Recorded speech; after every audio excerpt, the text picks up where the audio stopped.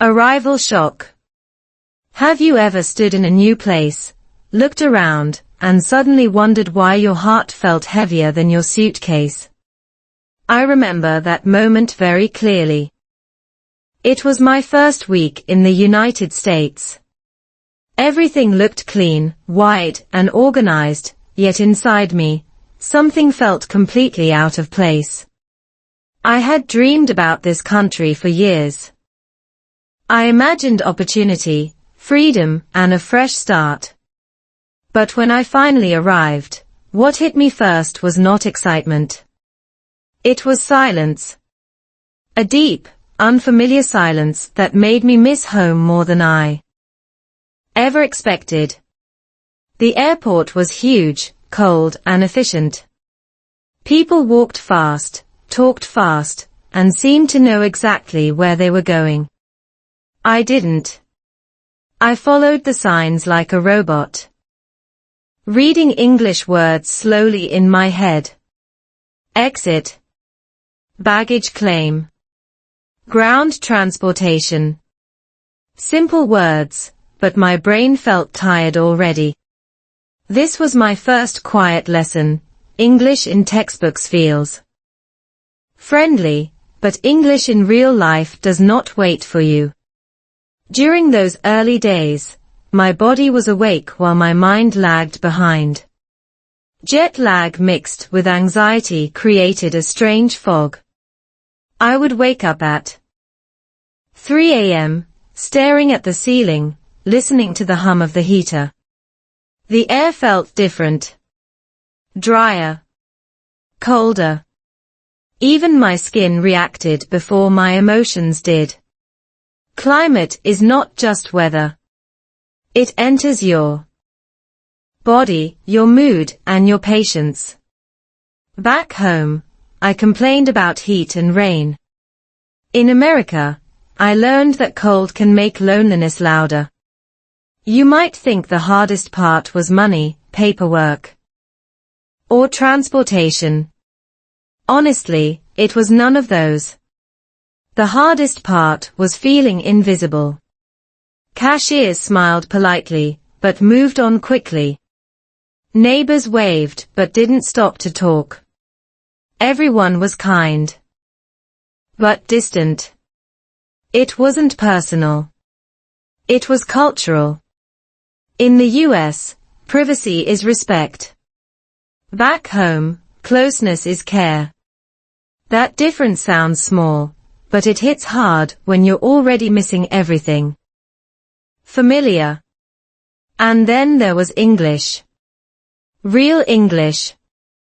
Not the slow, clear sentences from learning apps. People swallowed words. They joked. They used expressions I had never heard before. My brain worked overtime just to keep up. By the time I understood the first half of a sentence, the speaker was already on the third idea. I nodded a lot. Smiled a lot. Inside, I felt like a child, pretending to be an adult. Psychologically, this stage has a name. It's often called culture shock, but that sounds dramatic. In reality, it feels boring, tiring, and quietly painful. Your brain is under constant stress, because nothing is automatic anymore. Even buying groceries requires thinking, translating, and double-checking. Cognitive science explains that when your brain uses too much energy on basic tasks, your emotional regulation weakens. In simple words, you feel sad more easily, even if nothing bad is happening. One evening, after a long, cold day, I sat alone with a cup of coffee that didn't taste right. I suddenly thought, I miss home. Not in a poetic way. In a physical way. I missed the noise, the chaos, the feeling of belonging without trying. That night, I asked myself a dangerous question: why am I here? When motivation fades, this question shows up uninvited. It whispers when you are tired. It grows louder when you are lonely. If you are learning English right now, you may recognize this feeling. You start strong. You watch videos. You repeat sentences. Then one day, you feel stuck. Progress feels slow. Your confidence drops. This is not laziness. This is your nervous system asking for safety. Your brain prefers familiar pain over unfamiliar effort. That's why so many people quit, not because English is hard, but because persistence feels emotionally expensive. What helped me was not forcing myself to be strong. It was slowing down. I stopped chasing fluency. I focused on survival English. Short sentences. Simple thoughts. I allowed myself to sound imperfect. Neuroscience supports this approach. When learning feels safe, the brain absorbs better. When you reduce pressure, comprehension improves. This is why listening to slow stories works. Your brain relaxes enough to learn. I began to tell myself my own story in simple English. I am here. I feel tired. I miss home. But I am still here. Saying these sentences out loud felt strange, but grounding. Language became a mirror instead of a test. Each word helped me process emotion, not just information. This is something textbooks rarely teach. Looking back, that arrival shock was not a failure. It was the beginning of endurance.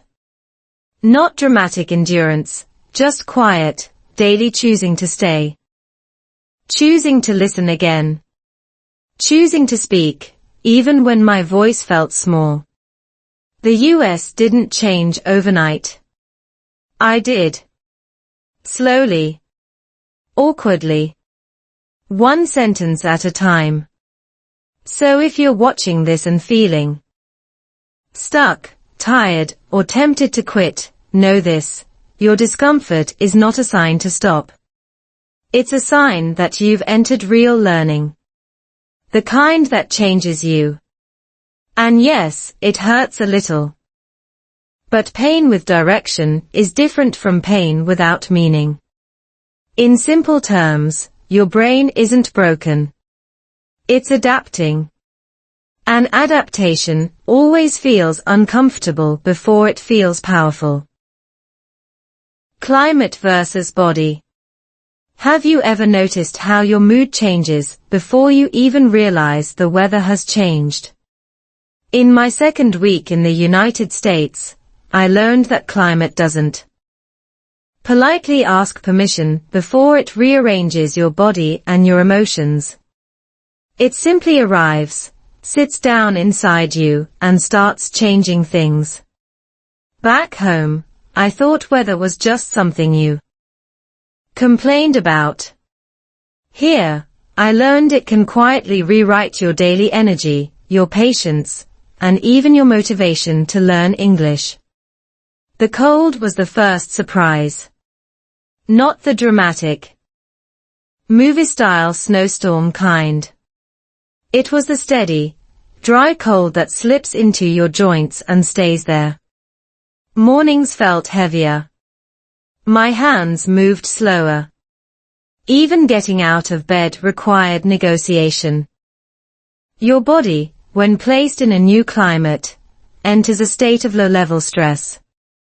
Science calls this physiological adaptation. Your system is working harder, just to maintain balance, leaving less energy for focus, memory, and learning. That explained a lot. I wondered why listening to English suddenly felt harder. Why simple conversations exhausted me. It wasn't that my English got worse. My body was simply busy adjusting. When your nervous system is occupied with temperature, dryness, and unfamiliar light patterns, your brain deprioritizes abstract tasks like language acquisition. In plain words, your body is saying, survive first. Learn later. Sunlight behaved differently here too. Shorter days. Pale light. By late afternoon, the sky already felt tired. This matters more than people admit. Research shows that reduced sunlight can affect serotonin levels, which directly influence mood and motivation. I didn't feel depressed exactly. I felt flat. Neutral. Like someone turned the volume of life down. And when motivation drops, practicing English becomes the first thing you postpone. Daily life adjusted itself around this climate. People stayed indoors more. Conversations were shorter. Smiles were quick but distant. It wasn't rudeness. It was efficiency mixed with weather. In warmer places, people linger. In colder climates, people move with purpose. This affected my listening practice in unexpected ways. Fewer long chats. More brief exchanges. Less repetition. More pressure to understand fast. At first, I blamed myself.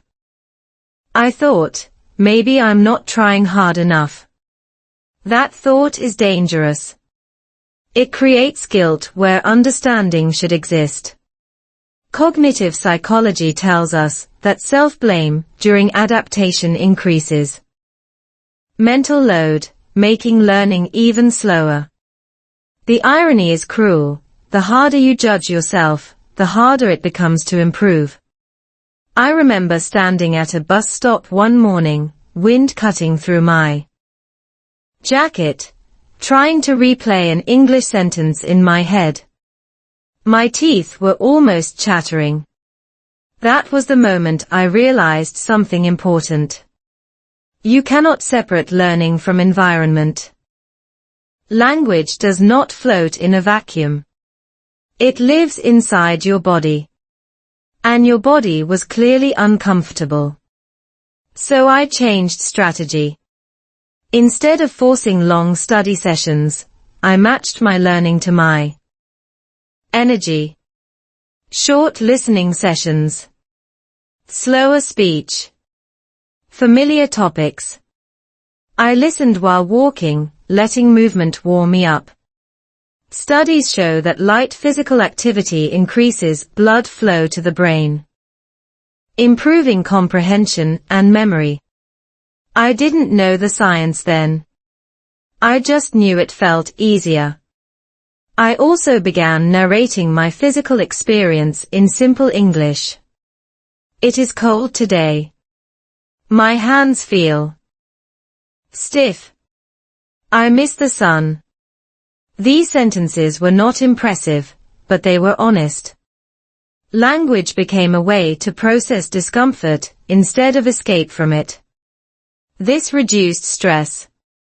When stress lowers, learning improves. This is not motivation talk. This is biology. Climate also influenced food, sleep, and social rhythm. Heavier meals. Earlier nights. Quieter evenings. All of this slowed life down. In a way I didn't expect. Slowness, I learned, is not always bad for language learning. When life forces you to move slower, your listening skills can catch up. You begin to notice intonation, pauses, emotion behind words. Fast English hides these details. Slow life reveals them. But there was still resistance. Some days, I didn't want to listen to English at all. That was okay. The brain needs recovery. Neuroscience confirms that rest consolidates learning. Pushing without rest leads to burnout, not progress. This was a hard lesson for someone used to try harder. Solutions. Over time, my body adjusted. The cold became predictable. The light felt less shocking. And as my body calmed down, my mind opened up again. Listening felt easier. Words stuck longer. Confidence returned quietly, without drama. I realized that my struggle wasn't a personal weakness. It was a normal human response to environmental change. If you are learning English while living in a new place, especially with a different climate, be patient with yourself. Your tiredness is data, not failure. Adjust your learning to your body, not the other way around. Slow down your input when life feels heavy. Speed will come later. In the end, climate taught me endurance in a strange way. Not by pushing me, but by forcing me to listen inward first. Once I respected my body, my English followed. Basically, your body isn't sabotaging your progress. It's asking you to adapt with it, not against it. Silent English. Have you ever noticed that silence can feel louder than noise when you don't understand the language around you? In my third week in the United States, I learned that English is not only spoken with words. It is spoken with pauses, speed, eye contact, and things people don't bother to explain. This was the week when English stopped sounding like a subject and started feeling like a war. At first, I thought my listening skills were improving. I could recognize words. I understood signs. I followed basic instructions. But real conversations exposed a painful truth. People didn't repeat themselves. They didn't slow down. They didn't notice when I fell behind. Conversations moved on without me, and I stood there smiling, nodding, pretending I was still part of them. This kind of silence is different. It's not quiet. It's exclusion without intention. No one meant to ignore me. They simply assumed understanding. In American culture, efficiency matters. Time is respected. Explaining twice can feel unnecessary. To a native speaker, repeating sounds simple. To a learner, asking for repetition feels like admitting weakness. Psychologically, this creates what researchers call social withdrawal. When communication feels risky, the brain chooses safety. Safety looks like silence. I spoke less. I asked fewer questions. I avoided conversations when I could. Not because I didn't care, but because caring required energy I didn't always have. What made it harder was that my internal English sounded much better than my spoken English. Inside my head, sentences were clear and calm. Outside, they came out broken. This gap creates frustration. Linguists explain that comprehension develops faster than production. You understand more than you can say. Knowing this helps, but feeling it still hurts. One afternoon, I went to a small cafe. The barista asked something I didn't catch. I froze. My brain replayed sounds without meaning. People waited behind me. Heat rushed to my face. I smiled and said, "Sorry." She repeated it, faster this time. My mind went blank. I nodded again. Guessing. When I got my drink, it wasn't what I wanted. I sat down, embarrassed, angry at myself over something so small. This is where many learners quit.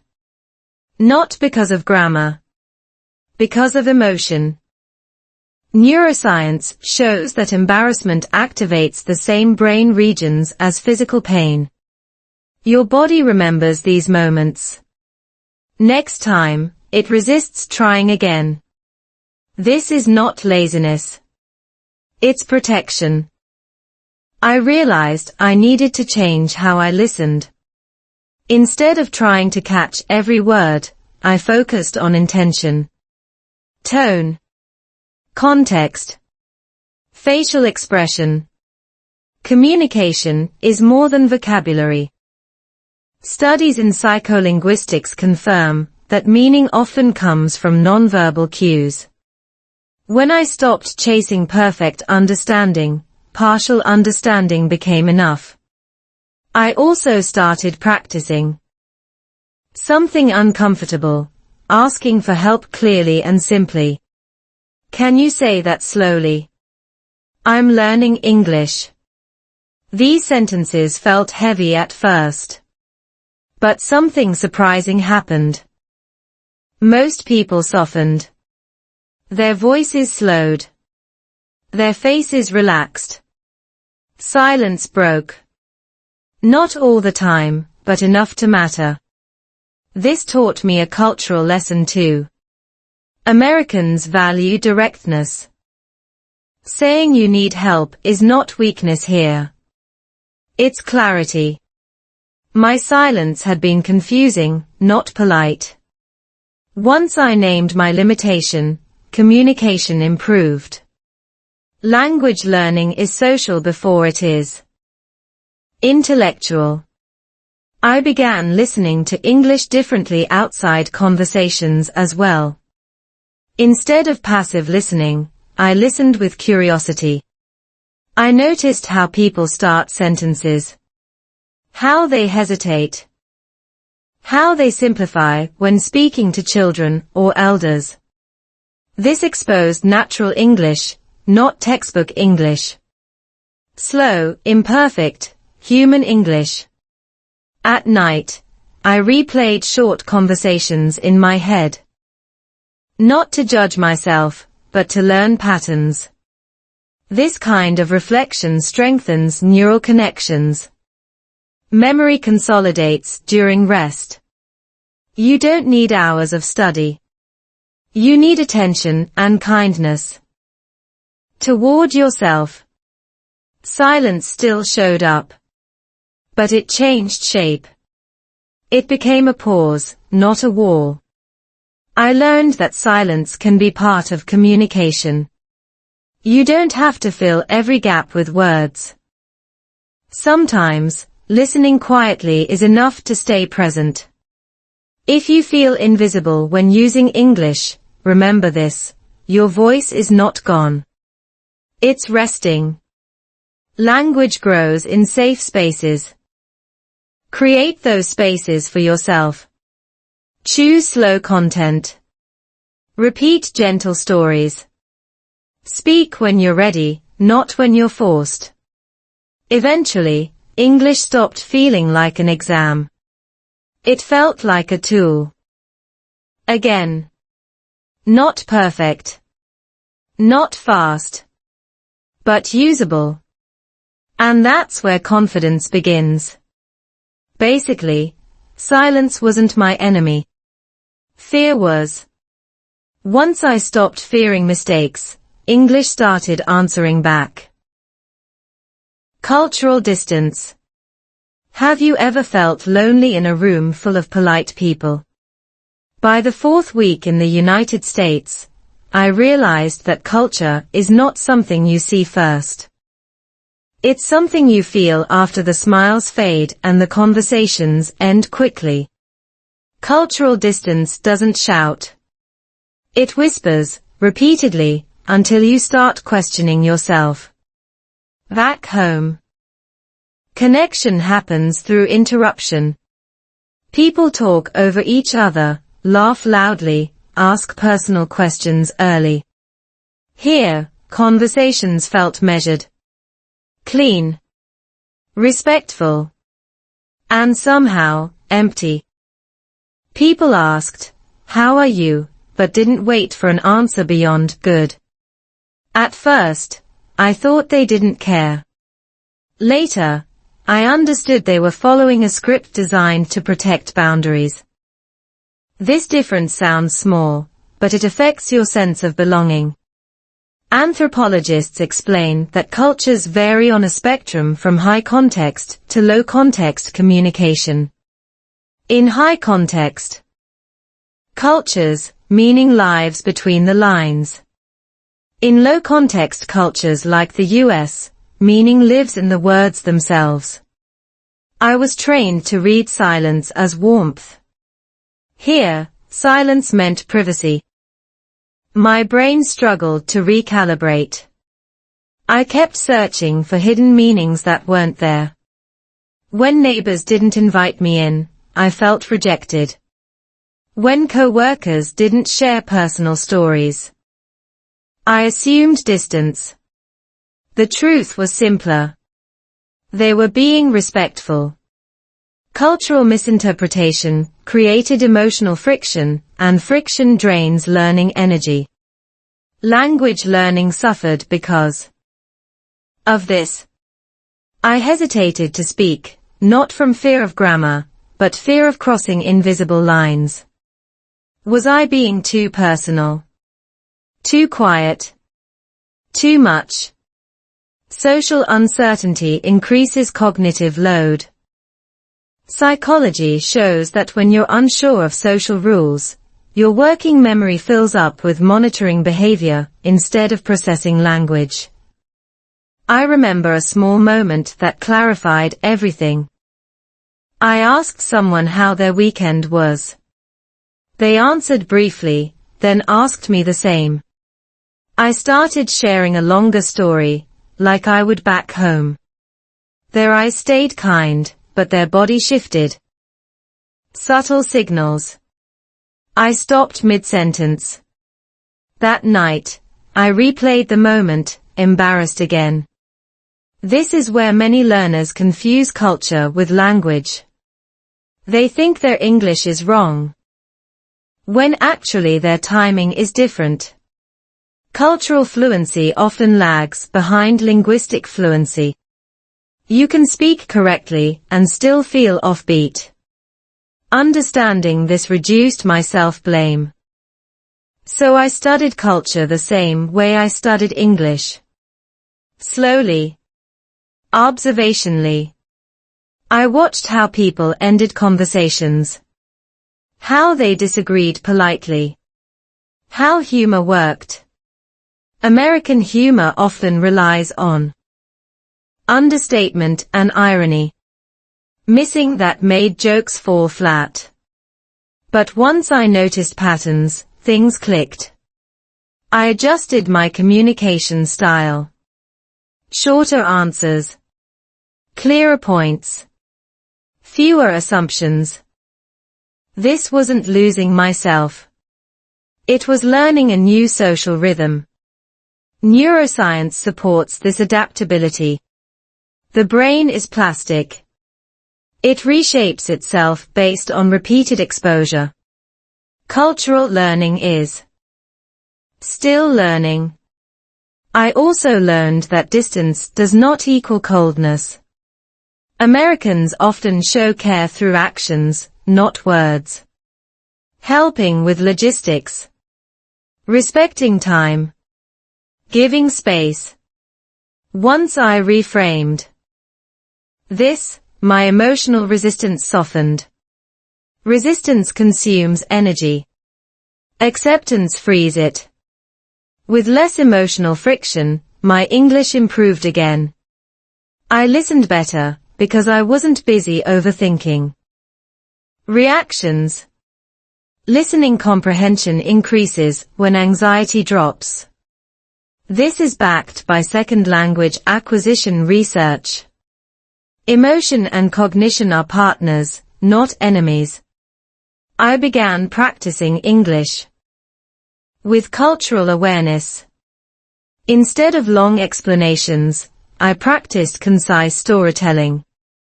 One point, one feeling, one sentence at a time. This matched the environment. My confidence grew not because I spoke more, but because I fit better. There were still moments of misunderstanding. That's normal. Cultural learning has no finish line. But I stopped taking every awkward pause personally. Not every gap needs to be filled. Not every silence means rejection. If you're learning English and feeling socially off balance, remember this: you're not failing. You're translating cultures. Not just words. That takes time. Observe first. Adjust gently. Keep your core, but learn the rhythm. Over time, cultural distance shrank. Not because the culture changed, but because my interpretation did. Understanding replaced assumption. Curiosity replaced judgment. And English felt less heavy when I stopped carrying emotional misunderstandings with it. Basically, the problem wasn't that I didn't belong. It was that I was still learning how belonging works here. Lonely even together. Have you ever sat next to someone you love and still felt completely alone? By the 5th week in the United States, this feeling became impossible to ignore. We were together, living under the same roof, sharing meals, sharing plans, yet something invisible stretched the space between us. Loneliness doesn't always come from being alone. Sometimes it comes from changing faster than your relationship can keep up. Marriage in a new country is different. You don't just adjust individually. You adjust as a system. One person adapts quicker. The other holds on longer. This imbalance creates quiet tension. In our case, English sat right in the middle of it. One of us felt more confident speaking. The other stayed quieter. That difference slowly shifted power in small, unspoken ways. At first, I didn't name the feeling. I just noticed irritability. Short answers. Silence during meals. We were tired, but not in the same way. Fatigue layered itself on top of misunderstanding. Psychology explains that stress reduces empathy. When your brain is in survival mode, it prioritizes self-protection over connection. Love doesn't disappear. Access to it does. English became a strange third presence in our marriage. We practiced separately. We struggled differently. Sometimes, one of us translated for the other in public. That help was practical, but emotionally complicated. Gratitude mixed with shame. Dependence mixed with resentment. These feelings are normal, but rarely discussed. I remember one evening clearly. We argued about something small. Dishes. Or timing. Or tone. It didn't matter. What mattered was the sentence that slipped out in frustration: "You don't understand me anymore." That sentence wasn't about language. It was about distance. Emotional distance feels sharper when you're far from home. Research in relationship psychology shows that shared stress can either bond couples or push them apart, depending on communication style. When couples avoid difficult conversations to keep peace, tension accumulates silently. That silence felt familiar by now. English outside. Silence inside. We started speaking less, not because we had nothing to say, but because explaining feelings required too much energy. Expressing emotion in a second language feels risky. You worry about tone. You worry about accuracy. You worry about being misunderstood. So you choose quiet. This is where loneliness grows. Not loudly. Patiently. One night, instead of scrolling on my phone, I tried something different. I spoke slowly. Very slowly. Not perfect English. Not emotional English. Just honest English. I feel tired. I feel far from you. I miss us. The sentences were simple, but the effect was heavy. My voice shook, but I kept going. Something shifted. Not magically. But enough. Slowness helped. Neuroscience explains that slow speech allows both speaker and listener to regulate emotion. It reduces cognitive load. It creates space for meaning. This is why therapy often emphasizes pacing. We didn't fix everything that night. But we reopened a channel. We began practicing English together, not as students, but as partners. We talked about our day using simple words. We named feelings without decoration. I feel lonely. I feel scared. I feel proud of you. Language became a bridge again. Culturally, this was also a lesson.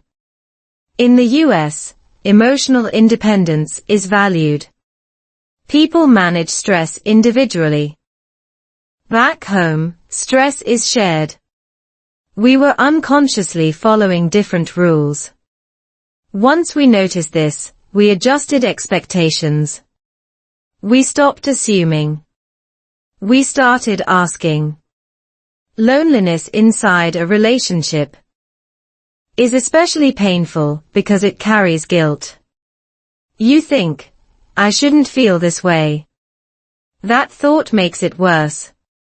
Acceptance helped. Loneliness was not betrayal. It was a signal.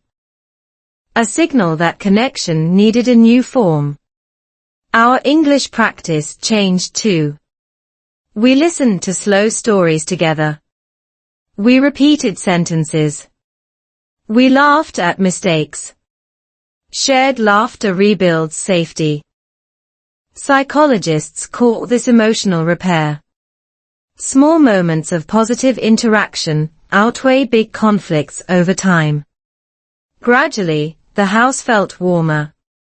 Not because the problems disappeared, but because we stopped facing them alone. Language learning became relational. English was no longer something that separated us. It became something we navigated together. If you're learning English while in a relationship and feeling distant, know this: it's not a personal failure. It's an adjustment phase. Talk slower. Say less. Mean more. Use simple language to express complex feelings.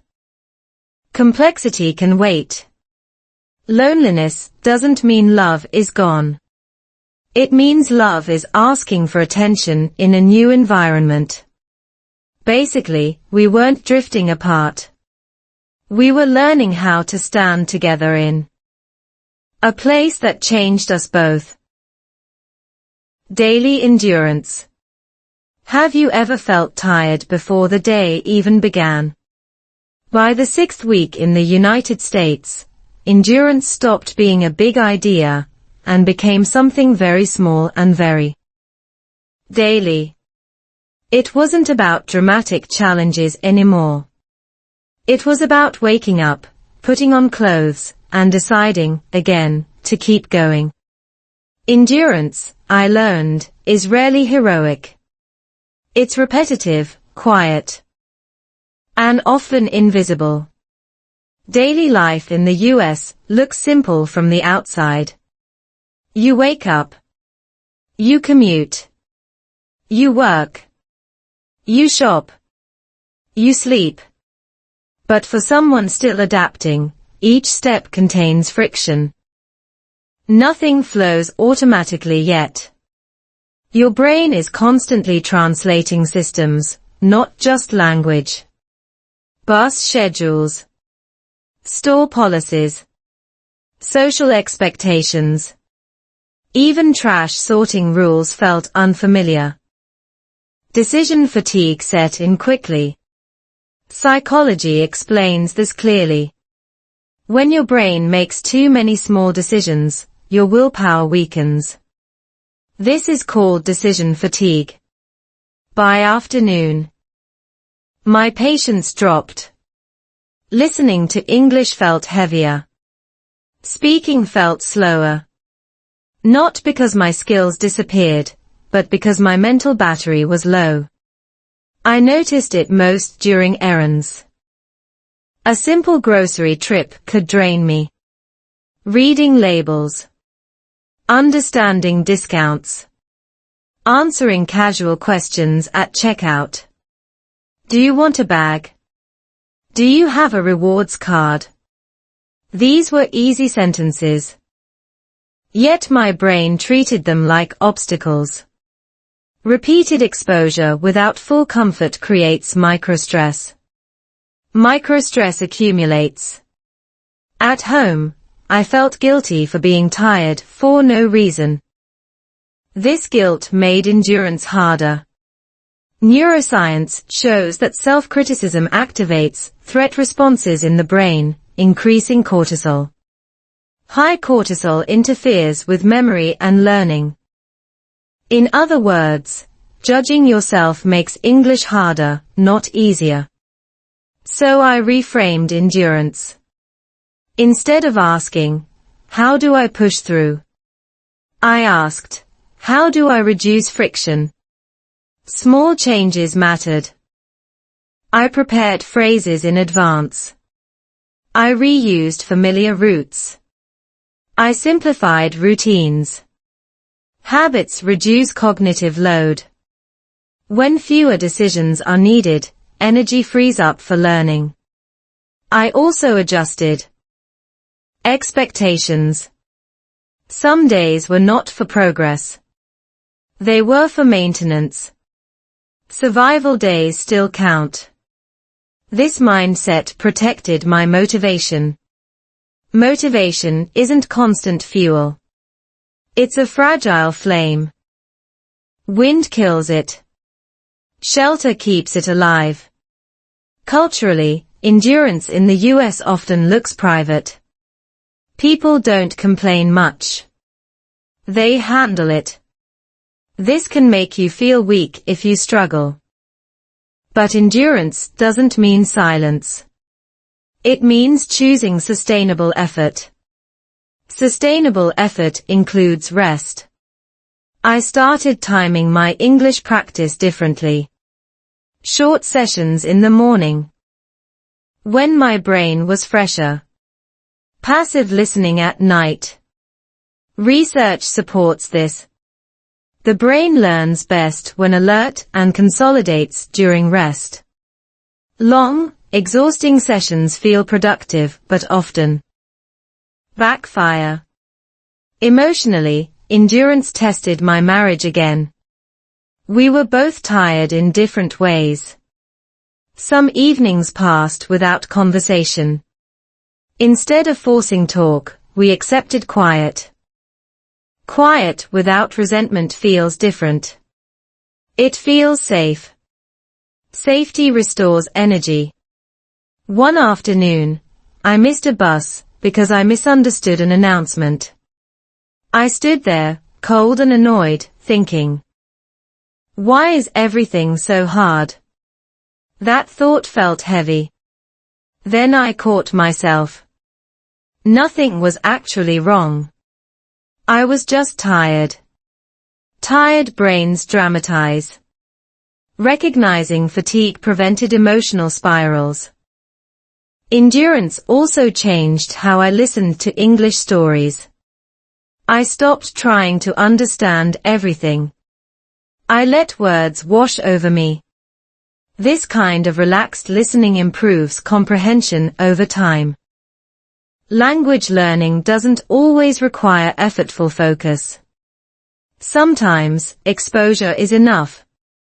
I learned to celebrate boring victories. Completing a day without emotional collapse. Understanding a short conversation. Cooking dinner while listening to English in the background. These were signs of adaptation. Adaptation is progress wearing plain clothes. If you're in a phase where everything feels heavy and slow, you're not failing. You're building endurance muscles. Like physical training, mental endurance grows through repetition with recovery. Pain without recovery causes injury. Effort without rest causes burnout. By the end of that week, I noticed something subtle. Days felt slightly easier. Not exciting. Just manageable. That's endurance working. It doesn't announce itself. It quietly reduces resistance. Basically, endurance isn't about how much you can take. It's about how gently you can keep going without breaking yourself. Language as shelter. Have you ever noticed how the mind looks for shelter the moment life feels too loud? By the 7th week in the United States, I stopped treating English like a mountain to climb and started using it like a small room where I could rest.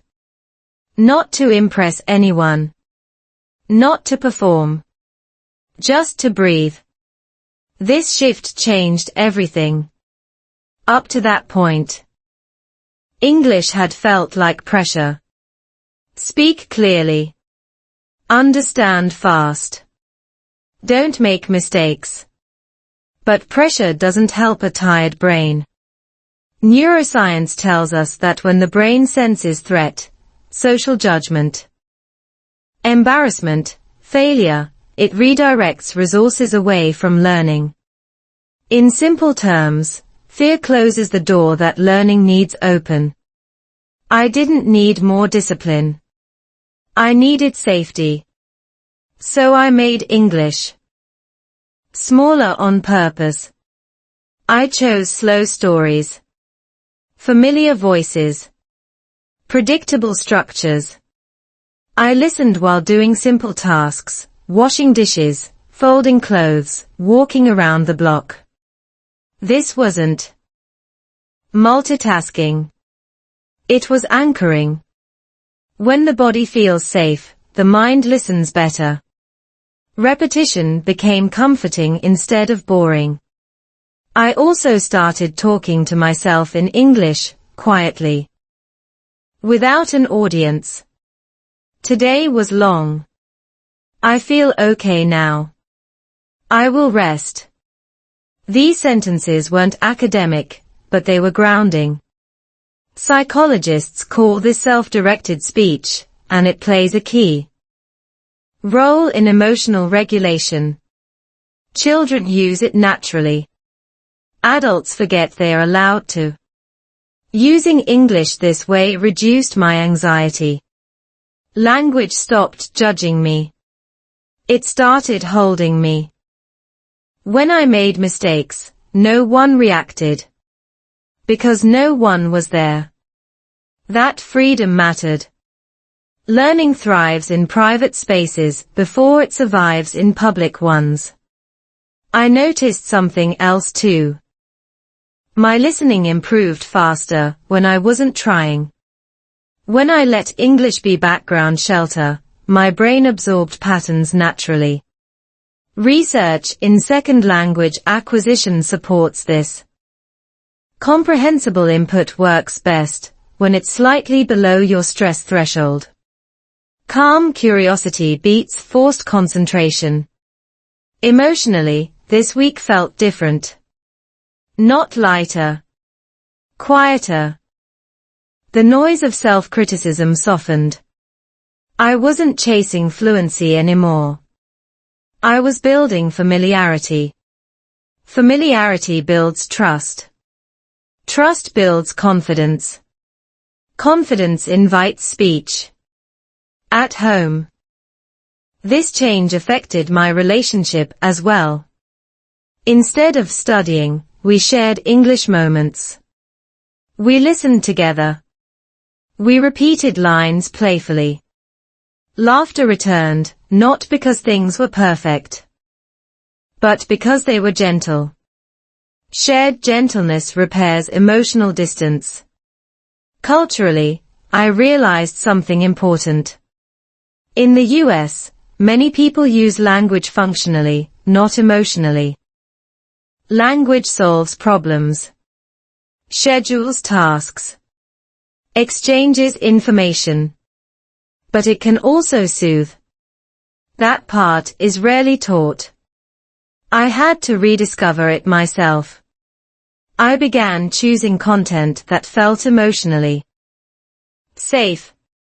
Stories about daily life. Quiet struggles. Ordinary hope. My brain relaxed into the rhythm. Listening felt like sitting with someone instead of taking a test. When emotion aligns with content, memory strengthens. This is backed by effective neuroscience. We remember what makes us feel seen. There were still hard days. Shelter doesn't erase weather, but it gives you somewhere to stand. On days when I missed home deeply, I listened to familiar phrases. I repeated comforting sentences. I am okay. This feeling will pass. Language helped me process emotion instead of suppress it. I stopped measuring progress daily. I measured calm. If English made me calmer than yesterday, it was working. This metric changed my motivation. Motivation rooted in safety lasts longer than motivation fueled by fear. If you're learning English and feeling overwhelmed, try this. Make the language smaller, slower, kinder. Choose content that feels like company, not competition. Let English sit beside you before you ask it to carry you. Shelter doesn't mean hiding forever.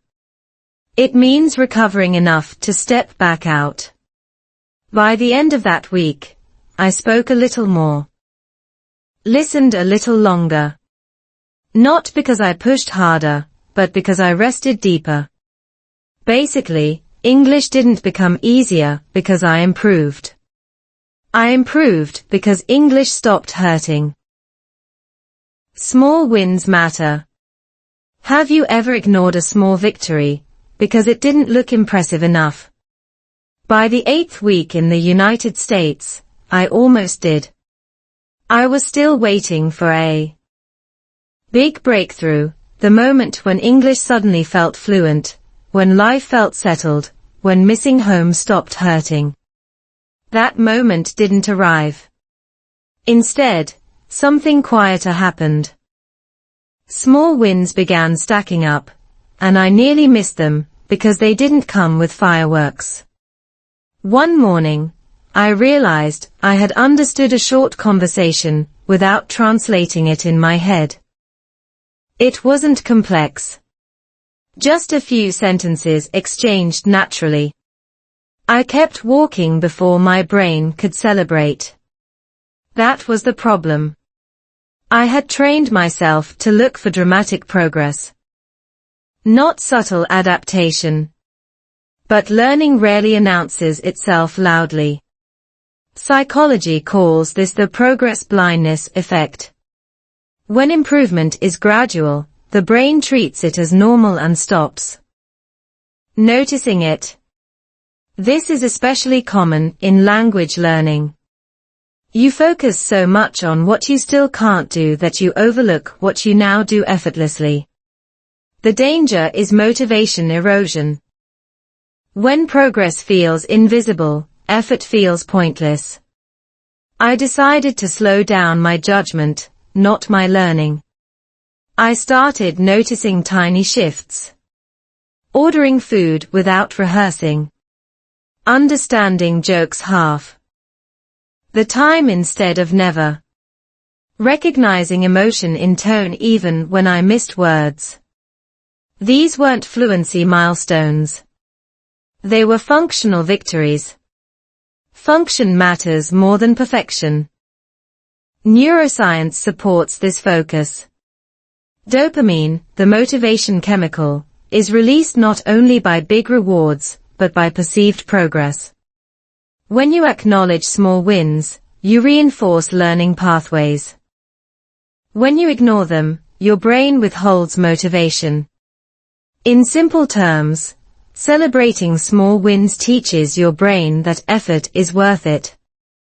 I began ending each day by naming one thing English gave me. Not what it took.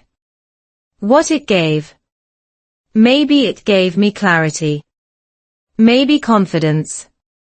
Maybe just less fear. This habit changed my emotional relationship with learning. Instead of chasing an ideal future version of myself, I respected the current one. Culturally, this clashed with my expectations. I grew up associating success with visible results. Grades. Titles. Approval. In the US, self-tracking and incremental improvement are common. People celebrate consistency. I had to unlearn waiting for permission to feel proud. This also affected my listening practice. I stopped skipping. Easy content. Easy content reinforces confidence. Confidence improves comprehension. When your brain feels capable, it engages more deeply. Research in educational psychology confirms this feedback loop. Difficulty should challenge, not crush. At home, small wins soften tension. I shared them out loud. I understood today. I didn't freeze this time. These sentences invited encouragement instead of silence. Shared progress builds shared hope. Hope reduces relational stress. Stress reduction improves learning. Everything connects. I noticed something unexpected. As I focused on small wins, my tolerance for discomfort increased. I wasn't afraid of mistakes anymore. Mistakes became data, not proof of failure. This mindset shift is powerful. It turns learning into exploration instead of evaluation. One afternoon, I helped someone else with a simple task in English. The interaction was brief, but afterward, I felt lighter. Helping others activates reward centers in the brain. It reinforces identity. I wasn't just a learner anymore. I was a participant. If you're learning English and feeling stuck, look smaller. Progress hides in plain sight. It lives in reduced fear. Faster recovery. Quicker understanding. These changes don't trend on graphs, but they change your experience. By the end of that week, I didn't feel fluent. I felt capable. Capability is underrated. It means you can handle what comes next, even imperfectly. And that's enough to keep going. Basically, big change didn't save me. Small wins did, quietly, consistently, without asking for attention. Love under pressure. Have you ever noticed how love gets tested not by big disasters, but by long stretches of quiet pressure? By the 9th week in the United States, love wasn't dramatic anymore. It was tired. It was practical. It showed up in small decisions and unspoken compromises. This was the week I understood that love doesn't break loudly. It bends slowly. Living in a new country adds weight to every emotion. You're not just partners anymore. You're teammates in survival. Bills, schedules, language, and expectations pile up quietly. When pressure lasts too long, affection can start feeling like another responsibility. Not because love is gone, but because energy is limited. English sat right at the center of that pressure. Misunderstandings happened faster. Jokes didn't land. Explanations took longer. When emotions ran high, language ran thin. Saying, "I'm fine," felt easier than explaining why I wasn't. Avoidance crept in politely. Relationship psychology explains this well. Under chronic stress, couples often shift from emotional communication to logistical communication. You talk about tasks, not feelings. Who does what? Who goes where? This keeps life moving, but intimacy pauses. Paused intimacy feels like distance. I noticed it in myself first. I became efficient, not expressive. I solved problems quickly but skipped emotional check-ins. Efficiency feels productive, but it starves connection. Love needs room, not just structure. One evening, after a long day, we sat in silence again. Not angry silence. Just empty. That silence felt heavier than any argument. I realized something important then. Pressure hadn't made us weak. It had made us careful. Too careful to be honest. So I tried something simple and risky. I spoke slowly, using basic English, even though we shared another language. I feel pressure. I miss feeling close. I don't want us to disappear. The sentences were clumsy. But they were clear. Clarity matters more than elegance. Neuroscience tells us that naming emotions reduces their intensity. When you label a feeling, the brain processes it differently. Stress decreases. Connection becomes possible. That night, nothing dramatic happened.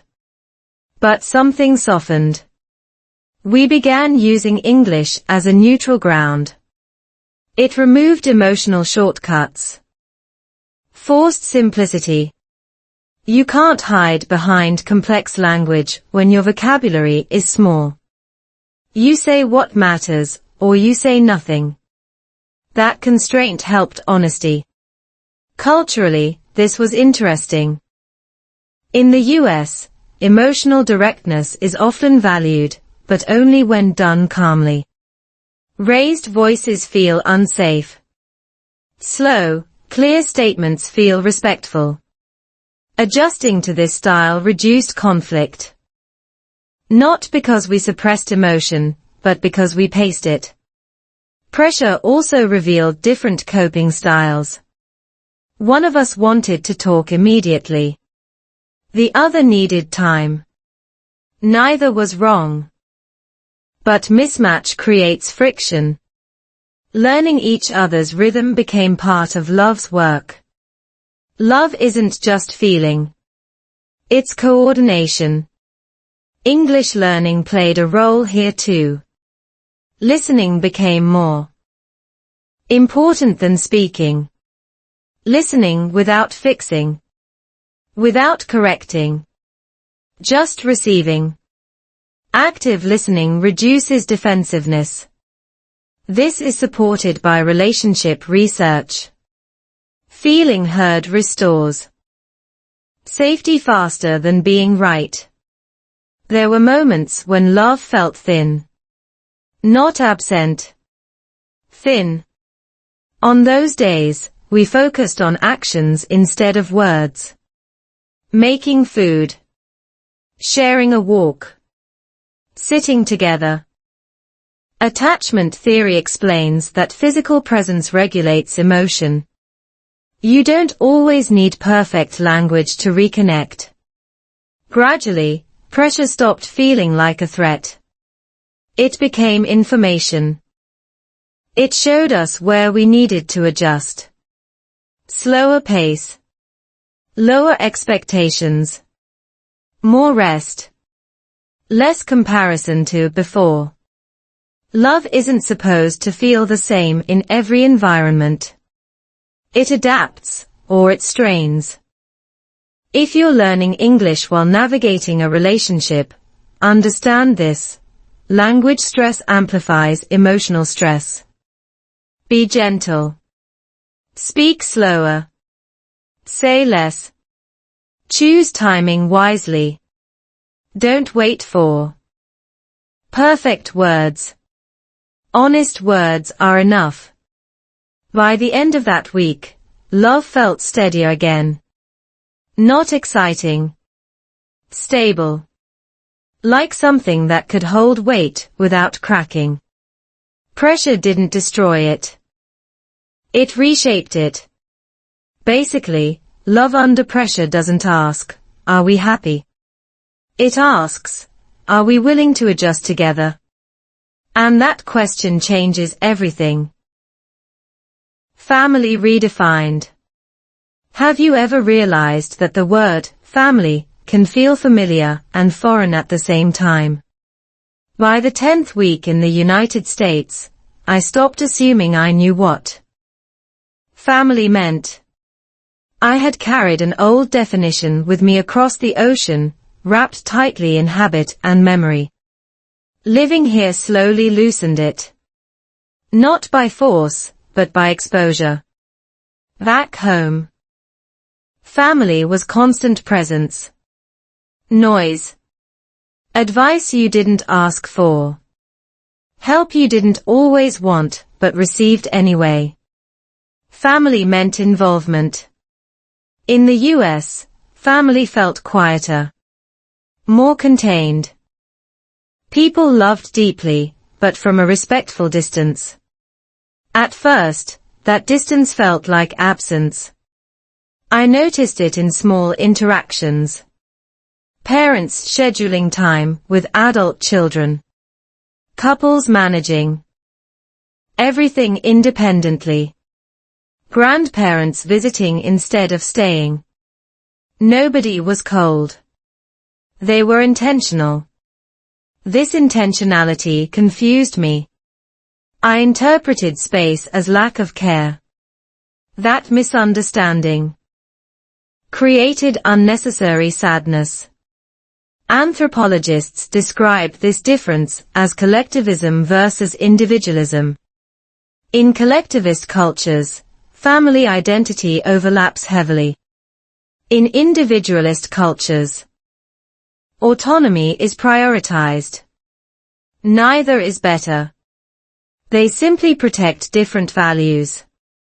Understanding this reduced emotional friction. Misinterpretation drains energy. Understanding restores it. This shift affected my English learning too. Family language is emotional language. When family structures change, emotional vocabulary needs updating. I struggled to explain feelings related to family because the concepts themselves were shifting. I wasn't just learning new words. I was learning new meanings. I remember calling home one evening and feeling strangely distant even though we were talking. The distance wasn't physical. It was conceptual. My experiences no longer fit easily into familiar explanations. This happens often in migration psychology. When identity evolves faster than shared language, connection feels strained. So I simplified. Instead of long explanations, I shared feelings. I miss you. I'm okay. I'm learning. Simple sentences carry weight when complexity fails. Emotional truth doesn't require elaborate grammar. This realization improved both connection and confidence. At home in the US, we started redefining family for ourselves. Without extended support nearby, we became more self-reliant. This was scary at first. But it also strengthened our bond. Family became less about roles and more about presence. Culturally, I learned that family here often expresses love through reliability. Showing up on time. Respecting plans. Honoring boundaries. These actions felt subtle but consistent. Over time, I learned to read care in these signals.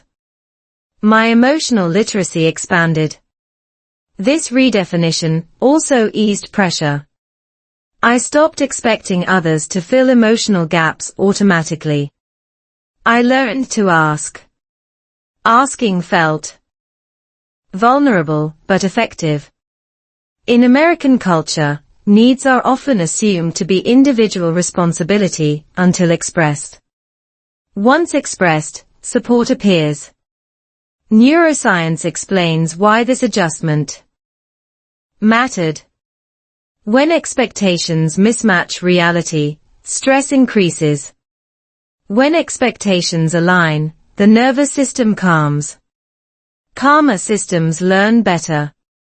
Emotional clarity improves cognitive capacity. Again, everything connects. I also noticed how children are raised here. Encouraged to express preferences early. Taught independence gently. This influenced how I thought about future family dynamics. Language plays a role in this too. English encourages direct expression. I want. I feel. These structures support autonomy. Listening to family-related conversations became a learning tool. I paid attention to how affection was expressed verbally. Short phrases. Light humor. Less intensity. More consistency. This wasn't emotional emptiness. It was emotional regulation. If you're learning English and feeling confused about family dynamics in a new culture, pause before judging. Confusion is part of learning. Observe patterns. Ask gentle questions. Language helps decode culture, but culture also reshapes language. By the end of that week, family felt less lost and more flexible. Not smaller. Different. I didn't lose my original definition. I added another layer. Layers don't replace. They expand. Basically, family didn't disappear when I crossed borders. It evolved. And learning to name that evolution, in simple English, helped me feel whole again. Why I stayed. Have you ever asked yourself a question that felt dangerous, because it might change everything? By the 11th week in the United States, that question came clearly into my mind. Why am I still here? Not in a dramatic way. In a quiet, honest way. The kind of question that doesn't demand an immediate answer, but refuses to leave. Up to this point, staying had felt automatic. I arrived, I adapted, I endured, But endurance without reflection eventually turns into numbness. I didn't want to stay just because I had already stayed. I needed meaning, not momentum. Homesickness hadn't disappeared. It had changed shape. It was no longer sharp pain. It was a dull ache that visited at random times. A smell. A song. A certain kind of afternoon light. These moments made me pause and think, I could go back. That thought felt comforting and unsettling. Psychology explains this stage well. It's called the evaluation phase of adjustment. After the initial shock and adaptation, the brain reassesses cost versus value.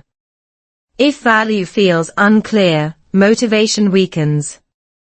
This is when many people leave, not because they failed, but because they never clarified why they were staying.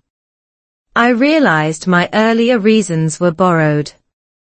Opportunity. Growth. It's better. These are external narratives. They motivate briefly, but they don't sustain. Sustained effort needs internal alignment. The brain commits more fully when purpose feels personal. So I listened inward, slowly, the same way I learned English. I asked myself simple questions in simple language. What have I gained? What has changed in me? What matters now?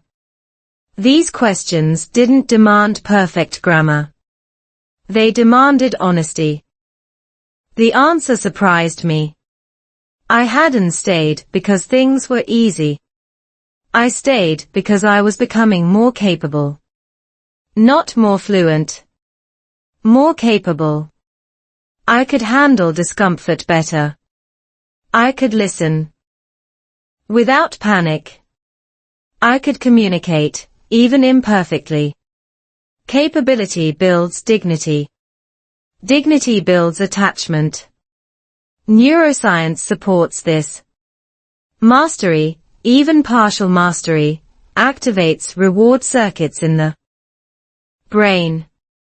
When you see yourself handling challenges you once avoided, your identity shifts. Leaving would mean abandoning that growth mid-sentence. I also noticed something emotional. Home no longer represented only comfort. It represented a version of myself that hadn't faced this stretch. Returning wasn't failure, but staying felt like continuation. I wasn't running from home. I was walking toward a stronger self. Culturally, this mattered too. In the US, staying often means committing to long-term uncertainty. There is respect for persistence here, but little ceremony around it. No one congratulates you for surviving quietly. You have to acknowledge it yourself. English played a role in this realization. I could now understand more stories. Not just words, but perspectives. Stories of people who stayed, who left, who tried again. Exposure broadened my mental map. When your map expands, options feel less threatening. I shared these thoughts out loud. Slowly. I think I'm growing. I'm not finished here. Saying them made them real. Language doesn't just describe decisions.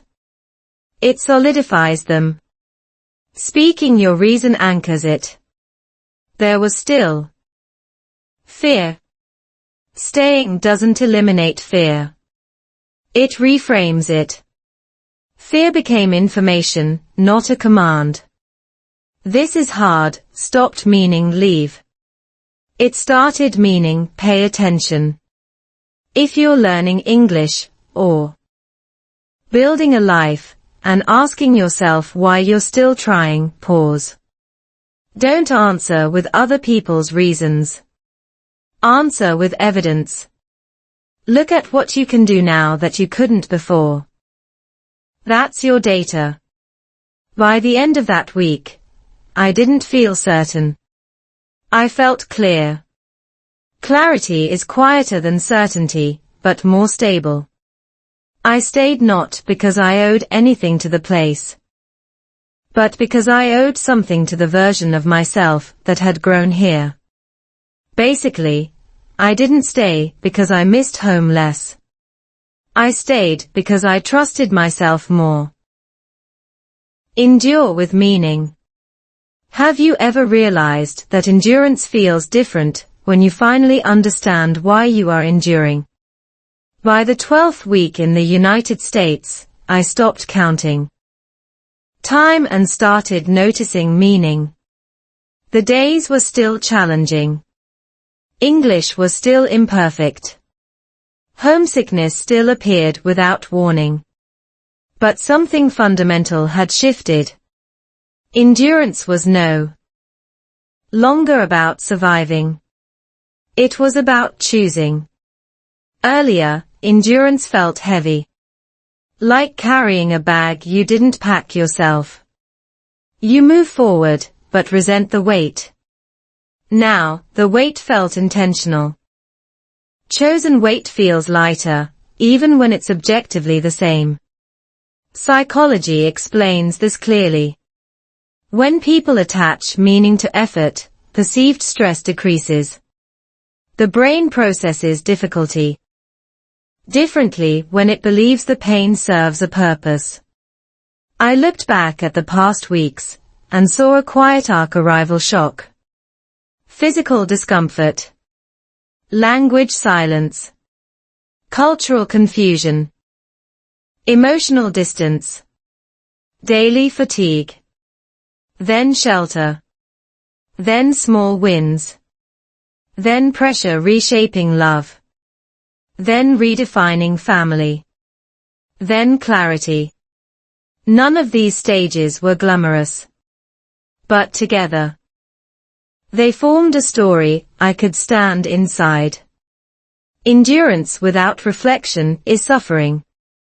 Endurance with reflection becomes growth. English learning mirrored this perfectly. At first, I endured English. I tolerated it. I forced it into my schedule. Now, I used it. I leaned on it. I let it help me think. Language stopped being something outside me. It became part of how I processed life. Neuroscience calls this integration. When a skill moves from conscious effort to emotional utility, it becomes stable. You don't quit integrated skills easily, because they are no longer optional. They are tools you rely on. English had become one of those tools. I noticed it in small moments. Explaining a feeling without panic.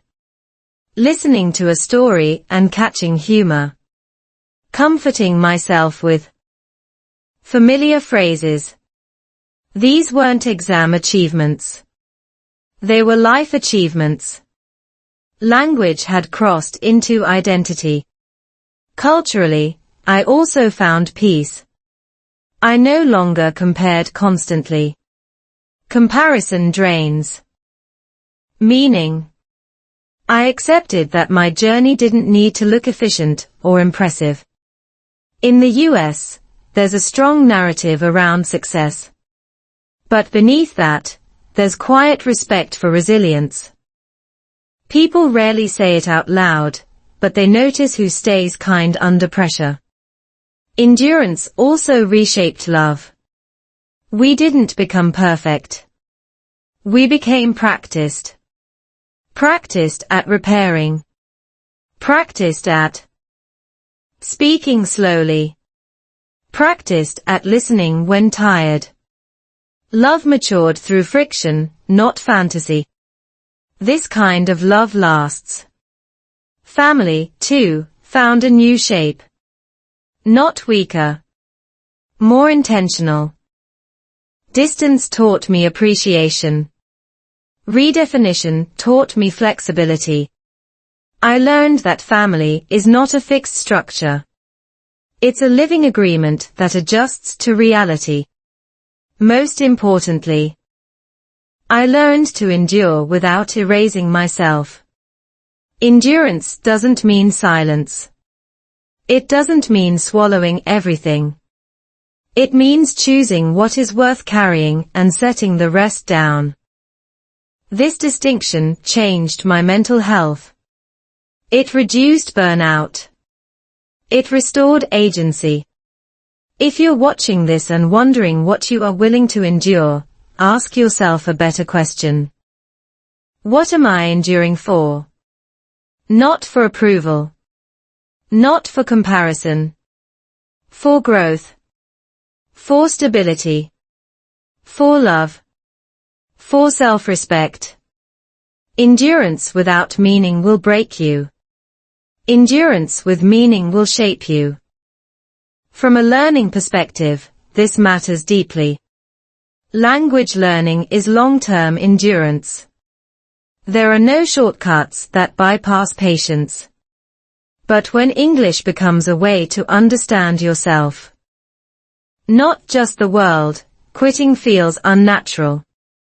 You don't abandon a mirror that finally reflects you clearly. I won't say everything turned easy. That would be dishonest. But ease is not the goal. Alignment is. When effort aligns with values, fatigue feels different. It recovers faster. It doesn't poison motivation. By the end of these weeks, staying felt less like sacrifice and more like authorship. I was no longer stuck in the story. I was writing it. Slowly. Imperfectly. In simple English. And that was enough. So if you're learning English through stories like this, slowly, imperfectly, know that you're doing more than learning a language. You're training endurance with meaning. And that kind of endurance doesn't just help you stay. It helps you grow wherever you are. That's the quiet ending I didn't expect. Not triumph. Not certainty. Just grounded commitment. Ending don't stop here. By now, you didn't just listen to a story. You lived inside it. You followed each sentence of slow, clear English. You felt the emotions behind the words. And maybe, you saw a part of yourself in this story. That is the real power of learning English through storytelling. No pressure. No boring memorization. Just listening, feeling, and letting the language sink in. Naturally. If today you noticed that you understood more than before. You could guess meanings without translating. You felt more confident listening to English. Then you are on the right path.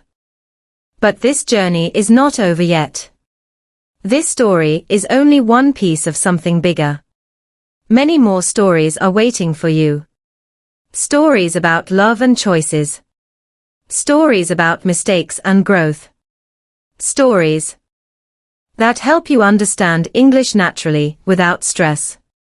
In the next videos on this channel, you will improve your listening skills with slow, clear English. Strengthen your reading comprehension through real stories.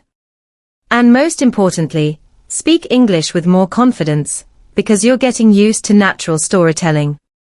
Don't let your English practice stop here. If this video helped you, please like the video to support the channel. Leave a comment with one simple English sentence you remember. And subscribe, so you don't miss future videos with slow, easy, and emotional English stories. Every subscription helps this channel continue creating high-quality English listening practice designed to help you learn naturally and effectively. And remember, the next video might be the story you need to hear most right now.